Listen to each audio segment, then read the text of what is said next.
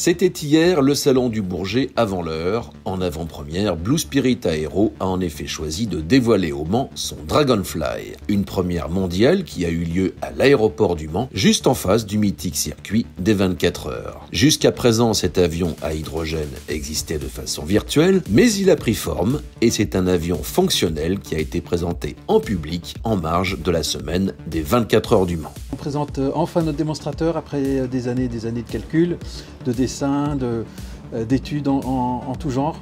Donc voilà notre premier démonstrateur, un démonstrateur qui va faire des essais au sol dans un premier temps.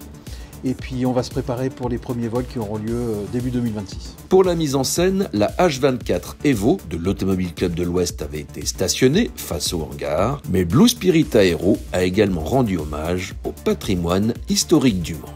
Voici une voiture de Léon Bollé, une ancienne marque française créée au 19e siècle par un industriel au Mans. Et juste à côté, on peut voir le Flyer, l'avion mythique des frères Wright, qui a fait le premier vol habité de l'histoire. C'est au Mans qu'a été accueilli pour la première fois en Europe l'avion qu'on voit ici, l'avion des frères Wright, les premiers à avoir volé dans l'histoire de l'humanité. Donc c'est le Flyer. Ceci évidemment est une réplique, c'est pas l'avion original.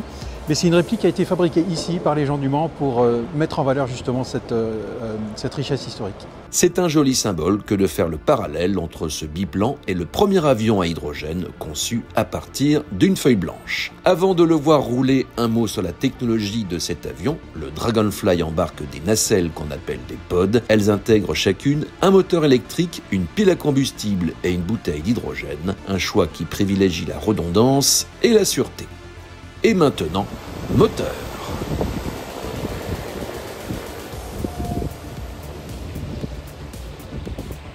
Le Dragonfly a ensuite roulé sur le tarmac de l'aéroport devant de nombreux invités, une première très symbolique également.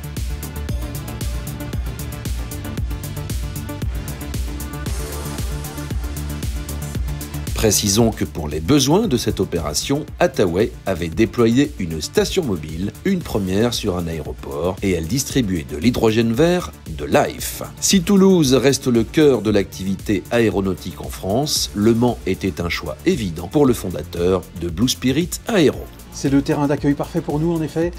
Comme vous le savez, les autorités locales poussent le lancement de la filière hydrogène. Il y a déjà des stations hydrogène qui sont en service depuis plusieurs années.